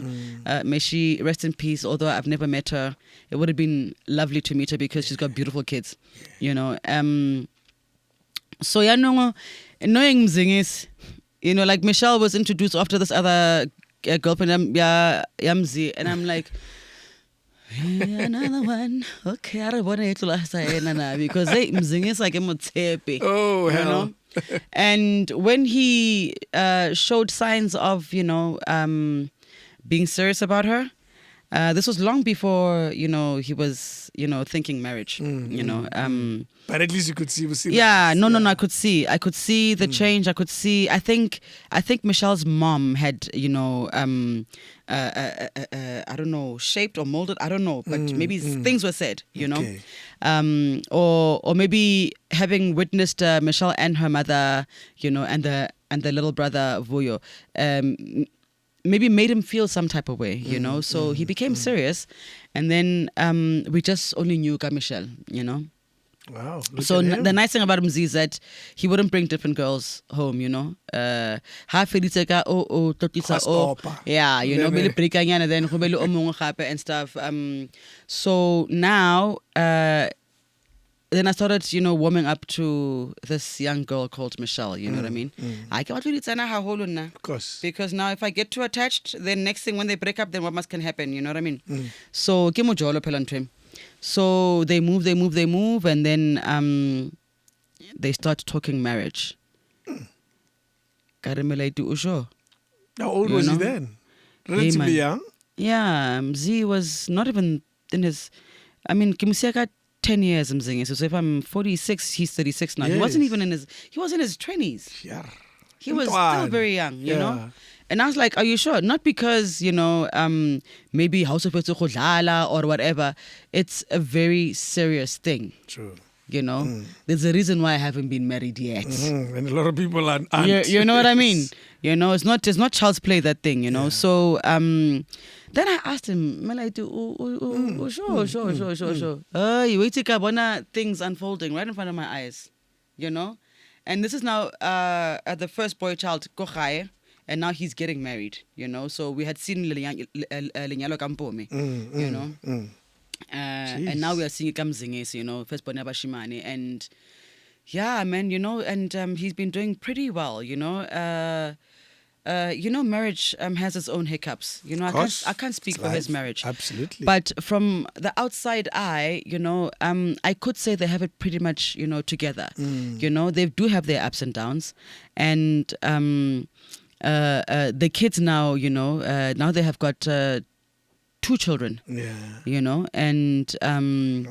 It's been amazing watching Michelle evolve into motherhood. More than my brother becoming a father. Yes. You know what I mean? Even earlier when you were talking about your daughter, you made reference to Michelle. Yes. They call her Auntie Michelle, Auntie Mish. And Auntie Mish is that aunt. She's very good with the kids, so she was good with my kids. Wow. I'm not returning a favor here. Her kids are my kids are her kids. She may not be anointed by this blood here, but she's one of us. You know what I mean? You touch Michelle, I will treat you the way I would have treated you if you had touched Mzi, or me, my dad, my mom. You know what I mean? Yes. Yeah. Wow. So, should anything happen to them, God forbid, Michelle remains Family. Yes. You don't go anywhere. Yeah, no, she remains family, and we made a promise to her mom through Mzingis. You know what I'm trying to say? So I'm not a breaker of promises, So Michelle remains. There's an episode where the brothers in the TV show fight. It looks staged though, for the record, just for my Wasn't it in every episode? Is it the one, Yako? where they were traveling somewhere? Yes, we were all traveling. Yeah, you were Yes. traveling Let me somewhere. tell you, it looks staged, right? Well, I wouldn't Yeah, know. right? It was real. Hey, Batu. I've never been this pissed off in my life because literally, I don't even remember what they were fighting for. Yes. And you know what got involved? Yes, all of Yes. So that thing was real. It was real. Dave, there is nothing fake on that show. No, but I'm Yeah. just thinking. Yeah, Drama it was a lot, and but they solve it. yeah, they did. They get over it. It wasn't the first time though. Yeah. Yeah, kgale ba tosana ka ditranka batho ba. You know what I mean? They got over it over I breakfast. think, It was fine. yeah, and we had to force that. Gore, please, we're on holiday. Come on. Don't make me hate holidays with you guys. So I haven't been on another one with them, except for when my dad honored my mom and RANAKA was poop drunk and he fucked up the entire thing. And Sometimes, was that on TV? yeah. Oh, he was trying to jump. We had to go lock him in his hotel room. I did see that episode. He was a nuisance. He was a nuisance. And I haven't been on another trip with them. You know, I don't know if I want to. You know what I mean? But how is the young one? The youngest of the boys. RANAKA. Yes, now responding together. He's training for sound. Wow, look at that. Yeah, and so on Wednesdays they use him as a cable basher. So we do double studio on Wednesdays, and then the camera department asked sound department to borrow RANAKA so that he can, you know, obviously one will learn. Yes, exactly. You know what I mean. So respond together. Yeah, you know, because I mean, you can't just DJ at night only. You need a day job. Of course. Only nurses and cops and can work at night, and you know, those night duty. Night shift. Yeah, night shift. Yes. Who DJ has a night shift? No, and it doesn't always come. It comes once in a while. So I needed him to realize that there is other aspects of sound than just DJ. playing the music. Playing the music, you know. So in the day, do something with sound. You're still Krutzester. I am. I'll never stop. I'll never stop. I don't think I'll ever be given a chance to stop. Jeez. You know what I mean? The decision to have the family on TV. It wasn't my decision. I wouldn't have made that call. Really? Why wouldn't you have said no to that opportunity? Because it's a revenue stream. Two, it's I don't know, what else is it? Because your life is now in the public. Yes, that's why. You would have said no. Yeah, that's why. I mean, like, guys, come on. But you played along. Yeah, I did, because now this is my sister's project, you know what I mean? And if I say no and go with my feels, I'll be like unsupportive. And then there's family events that are on camera and you're saying, I'm not coming. You know what I mean? So I'm not that kind of person. I wouldn't have done it, but she did. And so we had all to, like, you know, we had to tag along. And it had a spin-off. Yeah, so it was Dineo's Diaries. And then the spin-off was the RANAKA's. Yeah, your family was so public for me. It's like, that's what I know. That's what I would have said no to. Was there ever a time during that entire exercise that's happening thinking, I don't want to do this anymore? From season 1. But you carried on. Yeah, you know, Raspan. I mean, yes, you know, and my parents are getting paid, man, you know, so I can't block that from them, you know. Yes. You know, so I must just play along, you know. But let me tell you, I don't think there's anyone realer than me on that show, bruh. Like, I refuse, man. Like, have you seen what I look like on that show? I know. If it comes back, I'll still look like that. The way you are. Yes.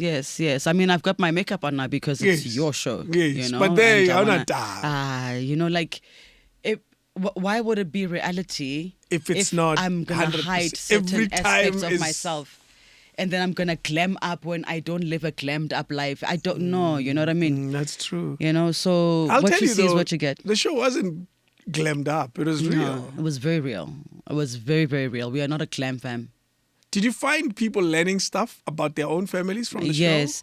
You know, people that I meet on the streets about the show who call me MANAKA and not that other name. Yes. They relate. Yeah. They really do, you know. And sadly, they relate with the feuds. The staff, exactly. Because I'm thinking about the feuds. Yeah, you know. So, but I remember coming across this one lady who said, you know, you have no idea how much your show has saved my family. No way. You know what I mean? And I didn't, I was, you know, in awe, and I was grateful, you know, and at the same time, I didn't want to know how. You know what I mean? Because then now, it's now like trying to force someone to tell us their private stuff. You know what I mean? What was going on in your family? So what happened? We saved you. How? You know, what happened? What was going on? You know what I mean? So I appreciate moments like that. Yeah. You know, I remember coming across a lady whom I thought she just wanted pictures, you know. And I was trying to get away from her, you know, in a you know, very kind, you know, way. And she just, I think she could read my face. No. I don't want much. I just want to tell you that you have no idea how Nandipa. This was like now 20 something. Hey, how Nandipa saved my life. Hey, my daughter. Kanjan, but even there you didn't. Yeah, no. You don't want to know why. You know, just in case it's way too personal. You know, I feel burdened if I carry someone's, you know, secret, you know, because it's not like more you know what I mean? Yeah, you know, so I was just, you know, grateful that at least that role helped one person. Your dad, I like his character, you know, and maybe because also I don't have a dad experience, and it's always interesting to see men become dads on TV. It's like, oh, look at him, because I got 80 and he's not reading a script. He's just a father. No. He's just being him. Yes. Yeah. Reflect on him the same way you did with your sisters. You know, my dad and I are in a very, very different space right now, you know, and it pains me. I was telling my colleagues the other day. Oh. So I know the man who gave birth to me, the man who birthed me, you know, with my mom, right? And that man made me want to be, you know, like a woman like him, you know. I'm talking about a man who had girl children, gave us all the tools we needed to protect ourselves. Not a single ounce of chauvinism in his bone. And, you know, watching parents, you know, I can tell you a thing or two about marriage because I was, you know, brought up in, you know, a marital house. And watching him and my mom, you know, that was the example of love I had, you know, something I looked up to, you know. And now watching him grow old and become the person that he is now, I think he's lost a lot of himself, you know. So, and I don't say this from a bad place, you know what I mean? I pray almost every night that he goes back to whom he used to be, you know.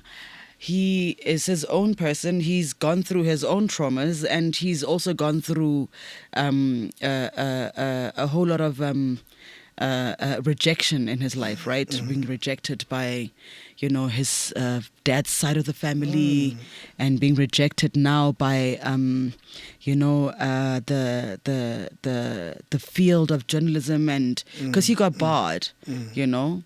My dad has anger.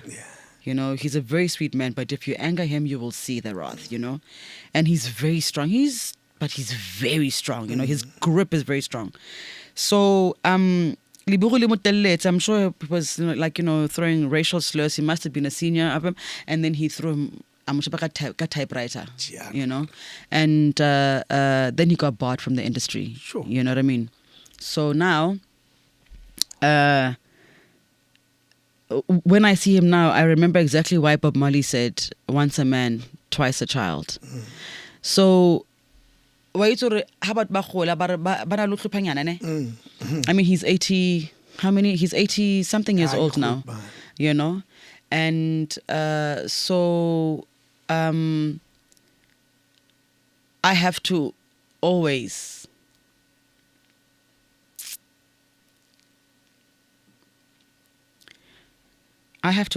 remind myself of the era he was born. Yeah.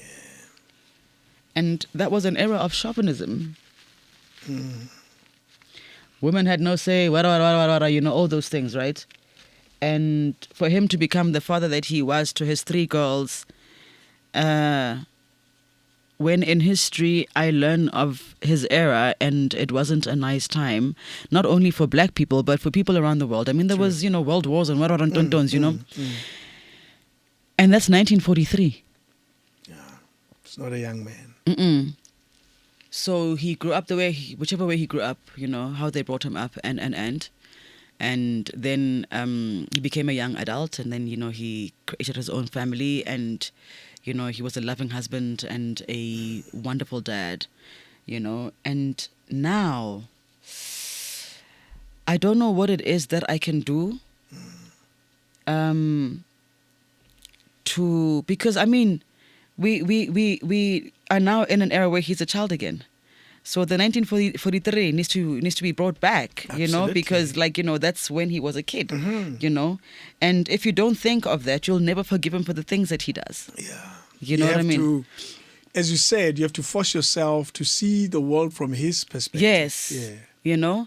So I will talk a little bit about how we are dealing with this gender thing in this world, where now we are expecting people who were brought up in a certain way, and then they've come all the way to body 2000, let me just take it back to, when we, just found our freedom as a country, and now we're expecting all those people to stop being who they are. Being who they are. And just adjust. And adjust, it's, we never think of those things, True. It's very difficult. Yes, all these things are wrong. You know what I mean? They're very much wrong. And now we expect, like, hey, I mela, and then we must move like this now. You know what I mean? And life was never like this for them, True. So I think I need to be grateful for Okimufuditseng, to have the mind that I have, because I know men who've done worse, way worse. I listened to you speak, and I tried to understand, because my mom is the same age, exactly the same age, and she's quieter. Indeed, nothing wrong with that. More prone to illnesses. She speaks about death. Interesting, even when the subject is very different. Yes. Yeah. And very accepting of it as well. And that's the tone that she gives out. But one thing I take out from that is that she reminds all of us that I don't have a lot of time. If indeed we die of old age, surely I've lived a decent life. Yeah. I've contributed to what I contributed and decent earning. And I realize that all we can do around her is just be grateful and look after her. Yes. You know what I mean? And that's about all we can possibly do. Yeah, I think if my dad was a mom, that would have been the case. Yeah. You know what I mean? The world is very different right now for a black man.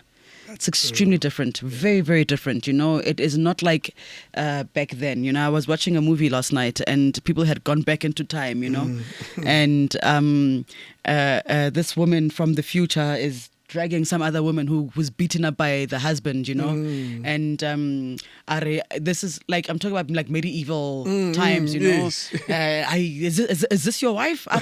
Yes, that's my wife, and I'm her lawyer. I hear that you beat her up, and and these things are not right. Oh, of course I beat her up. I beat her up when she's not agreeing with me. I beat her up when she's when the soup is cold. Yes, that was normal. And the wife here is agreeing. Yes, yeah, but he should beat me up. You know what I'm trying to say? So there was some sort of normality around certain behaviors back in the day, and it was okay. It was okay. Even the victim would accept. You know what I mean? And now we are in a different era, and I've always thought, how are these old people coping? They come from an era when true. Honesty. Hey, and then they became husbands and wives to a phone that was like this, to cordless to now cell phone. Pause that and then look at the reality of social issues, where there was a time where a grown man would be boy. Yes.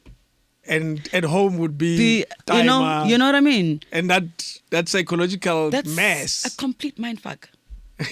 Complete. So it doesn't make me scared for my old age, right? Because Boss Bongseni will be saying she's from a different era.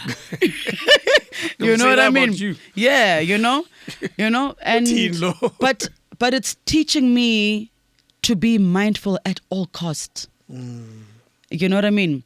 Do you do this mindfulness with a feeling of burden? Or do you just say, you know what, this is something we have to carry? No. For me, it's from a mindset of reality. You know what I mean? I'm a realist at heart, you know. I don't beat about the bush. So I know I'm going to get there, you know. If you know, I live that long, you know, I know I'm going to get there, you know. My kids are going to have kids and I you know. And so I feel like, why aren't we thinking like I do? Why aren't we being mindful? You know, why are we only existing in our era? Yes, it's our era. Yes, it is. But we are brought up by people from different eras. That's true. And we never accommodate that. You know what I mean? And I'm not saying we need to accommodate it and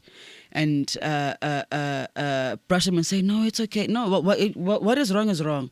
So I speak from this POV, when I David. POV is point of view. He taught me to fight for my rights as a woman. That's it. He did. It's a huge skill. Very much so, especially as a black man coming from the era that he comes from, right? Teach my children how to fight for themselves. And he wasn't just teaching his children, his daughters, to fend for themselves in a world where men aren't about to change anytime soon. He would say that. I'd come back home and complain about being groped and my titties being pulled by, you know, strange men and whatever. And he said, they're not going to change. Yeah, you need to find ways around it. Yeah, you know. And at the time I didn't understand. I was like, what do you mean? They have to change, you know. And now to hakitipuella, you know, arigamutal. So now I need to step back and say, once a man, twice a child. I understand. I completely understand. I wish my siblings did. I wish my mom did. But I just wish that he would also just, you know, take himself back a bit to the 80s and, you know, before things got really rough. You know, we carried him good. We made him look good. You know what I mean? He became a hustler. You know what I mean? And from coming from something that you loved so much, and the it also it also rejected you, you know. I think he needs to understand that we completely understand. We did everything out of love, and he should not be ashamed of anything. We carried him. He carried us. Absolutely. You know what I mean? So we could only do what he had taught us. So we did it because this is his lessons. These are all his lessons. Yes, you know. So I pray that you know, he calms down and he enjoys the little time he has left. His old age. Yeah, the little time he has left, you know, and just, you know, remember all the good times that we had. You know, we can take it there. You know, we really can, you know. Absolutely. He just needs to calm. And I think also having to face the departure time, I don't think he's as comfortable as your mom is with it. Yes, that's true. You know what I mean? Yeah. We find it very easy to find comfort, you know, because we've had to create comfort for, you know, a long time, you know, because we come from, you know, a history where a woman couldn't just be, how do you obotswa? How to lady, you know, this, how, yes. You know what I mean? So in all of the busyness that we had to pretend to be doing, you know, while we are awake, we had to find some little escaping yarn and just to soak your feet in salt water. You know what I mean? You know, so there's something that I want to do, and I'm going to involve the kids. Yeah. I've been thinking about it for the past month, and I'm going to do it. And I'm hoping that, you know, it brings them together. You know, in marriage, you know, I think the beauty of marriage is falling back in love again, because you fall out of love so many times. And you were there, front row seat. to see this? I've seen. Let me tell you, I may not have seen this love story when it began, but a year later I was there. Oh, you came quickly. Yeah, no. I'm a year younger than them. Yes, you know what I mean. So I think also that not just being a firstborn and all these duties or whatever, being human enough to kind of like understand. It's like, having a grandfather who was in the World War and, he's got all these traumas, and sometimes when he's sleeping on the couch and you're sitting next to him, because, that's what he's used to, get trauma ill, you know what I mean? And having not to only just normalize that, but to live through it until it comes down, and not having to judge afterwards. Tell me about Noneba.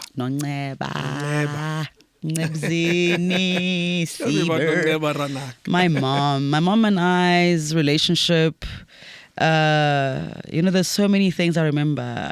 I shocked them the one time. I remembered something, and when I told them about it, they say, "Who told you that?" Who told you that? I was like, no one, and I was literally, as they said, 7 months old. But I have a memory of it. No. I do. What is that? Do you want to tell us? I think the first time I stood. So the way I told it to her, I've got pictures now. I think one of the reasons why I have or suffer from migraines is because my dad would, I think I've got the most pictures of all of us. Oh, you would take pictures of you. Bona, that flash was like flashing in my eyes, You're like so little kid. yes. So now I've got photosensitivity, which leads to my migraines. So, and they're very severe. Jeez. So now, I told it to her this way, there's these flashes I keep on having, and we were standing. You were outside and I was on the frame of the door, right? Okay. And you were clapping. She was doing this, and I said to her, whatever it was that you were singing, I remember her singing that same thing to my siblings, Okay. But I didn't say those words. I said it was like, You remember the melody? Yes, you know what I mean? And she's like, who told you that? Yeah? I went because you were very young, Wow. I may not remember taking the first step, but I remember standing. I remember, So it sounds very strange, but I think there is a picture like that. Of yes, that so that might have similar to yes. that. Yes. So I grew up seeing these pictures, so that jogged that memory. That's what I want to believe. It jogged the memory, you know what I mean? And so my relationship with my mom was, as a child, it was one of the best, and then I became a teenager, and then she was my number one enemy. Of course, that's common. Yeah, and now we are best friends. Have you had an enemy amongst your kids? No, not yet. So that didn't happen? No, it didn't. No. I think I also mothered differently to my mom. Okay. And also I didn't have the trauma that she has. You know what I mean? Howling Wetsi, the first couple of years you go through the most. You know what I mean? And she went through the most. You're dealing with Yeah. Oh yes, and she went through the most, and she stuck it through, and having to watch her find her family was, for me, it was one of the most beautiful things to watch. What do you mean, find her family? So she didn't know who her family was. Whoa. So my great-grandmother was stemburized, if I may put it that way. You know what I mean? Got you. And so she was in the Eastern Cape and working in Johannesburg, and that's where she met her, husband.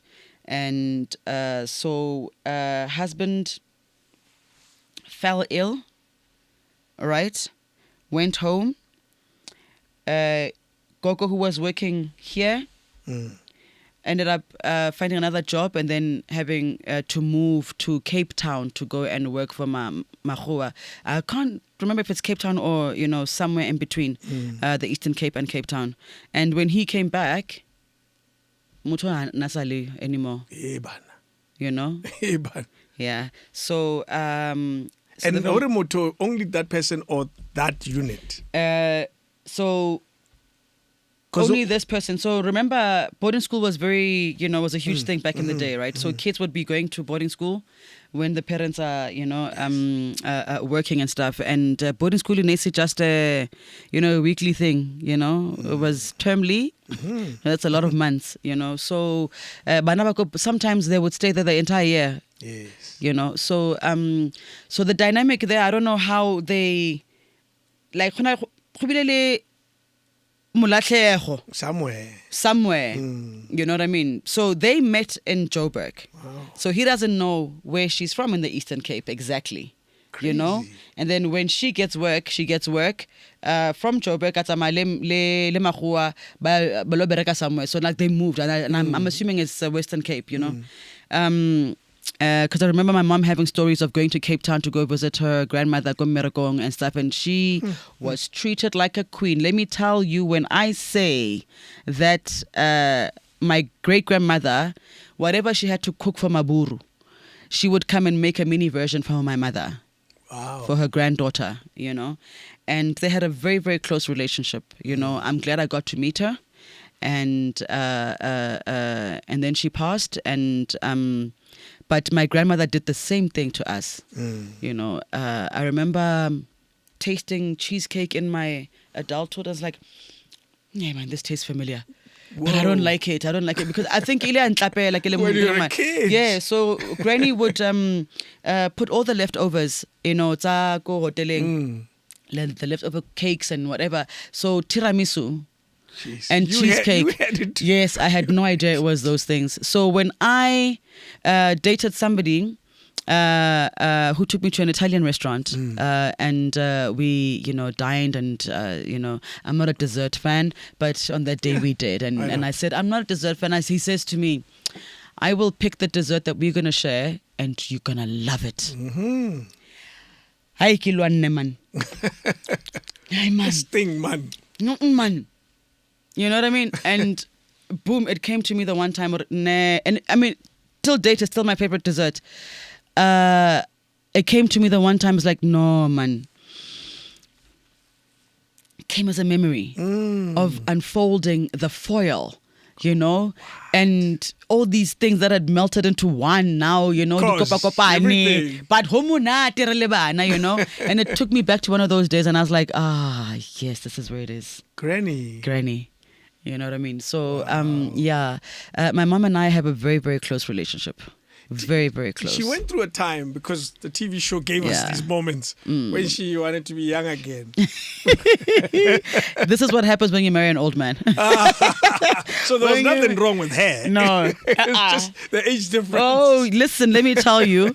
I think, because it was very popular back in the day, to marry somebody much older than you, and I don't get it. Like or you know what I mean. Yes. So now I think how le mosadi ucina gola ka pele. You know what I mean? Yeah, your mind. Yeah, and you everything have else to, grows faster. exactly, That's true, yeah. And now that you're there, I mean, Mama has traveled before. She's but now she's traveling even way more. Whoa. She's got a group of ladies that they, some are widowed, some are divorced, some are still married, and Bagrote, they just wanna enjoy life. yes, they take breaks from us, every now and again. I'm sure 4 times to even 6 times a year, sometimes, Love that. trip Great life. yeah, mama. So I wish I could organize those things for my dad as well. He doesn't have a humongous pool of friends, not to say Mama has a humongous pool of friends, but Mama gets along with almost everyone. You know what I mean? So she creates new groups. Oh yes, let me tell you, I'm sure I get group maybe 17 people that she has no long memories with, they just enjoy each other's company, and because they're from the same hood and Wow. So she owned a hair salon. yes, she had salons, Not one. not just one, and let me tell you, those were the best days of my life, because as a young girl, growing up around other young girls whose hair is being paid for by boyfriends and they are buying them clothes, and I don't know what it feels like to be bought clothes by Munna or to be given money for miriri, and I gave badly life because I've seen how they had to pay for it. Oh no! I've and seen you it. didn't have to go through that. No, I didn't. No. Mummies. Yeah, of course. Well, clearly a successful business. Yeah, it was. Yes, it is. I mean, even to date, I think that she would still be killing it. Yes. But arthritis got in the way, and mama ke motho wa matsogo, so hence the food. You know what I mean? So she'll never stop working with her hands. She'll never. So at least she gets to train her. Yes, her joints and muscles and everything else. And Papa now has got arthritis, cucuology, and he is struggling, Shem. He really is. And asimutwa, matsogo, kusbanaga matsogo per se and stuff, and it's very hard. I mean, it's very, very hard for him. But yeah, man, me and my moms are like, You're great. Yeah, we're great now, hey? Yeah, be All it careful. took was just a child. No, be careful. Rahula, all of us. Is He was saying, where are we going? Mauritius, let's go. I wouldn't mind at all. These the cruise. Yeah, these cruises. Yes, they love. Yeah, and she's been on one. And I haven't. Mama went to Eyatini before I went to Eyatini. What? Mama has been to a boat cruise, and I haven't been there yet. Yo, Mama, like she's doing the most, eh? Wow. She is doing. She's like I'm very happy for her. It's good to get out. I call it duty. Being a wife is not easy, especially if you marry somebody who expects to be treated like a man. Yeah. And there's women who are willing. I'm no. No, your current position amongst the kids is amongst the sisters, and yes, and it's the sister. Yeah, but is there a role in the family? There's always a phone. Yes, Manaka, phone. I think yes, there is, but I don't want it too much, David, because life happens. You know what I mean? I don't want to be the only decision maker. Okay. You know what I mean? But it's happened. Yeah, it's happened, And I mean, Papa has always tried to enforce my siblings to call me MANAKA. Oh. And fucking don't call me that. MANAKA. Otherwise, we will never be able to relate. Yes, because I'll always be like, a higher level. O gotta go stempela deputy parent, yes. You know what I mean? So I've never wanted that. Not that I don't want to grow up or anything else or whatever. I just always wanted to be, on Took par. me a while to accept the Malome title. Really? Took me a while. I'm good now. I'm fine. Nobody calls me aunt. Really? No. Straight No, do they by call? name. No, do they call us by name? No. Dineo is Ngane to all the kids. Okay. Mpumi is Mama to all the kids. Wow. And I'm Mommy to all the kids. And I've recently become Yaya. Where does the Yaya come from? Dineo's son, I don't know what he was thinking. But when he was young, I don't know if he was trying to say Mama and it came out as Yaya. So that just stuck. It's stuck. Yeah, so I'm Yaya, It's okay. Yeah, You I love it. embrace I love it. Yes, I freaking love it. I really do. So all the kids, including my son, calls me Yaya. Mommy, I don't know how what's hitting, but mommy, but Yaya. When they wants a different type of authority. Yeah, yes, So to these two boys, I'm Yaya and Mommy. So Mpo calls me Mommy by default now, because I did sit them down and I said, Seni, Mpo's mom is no longer now and we need to be here for her. You're an uncle.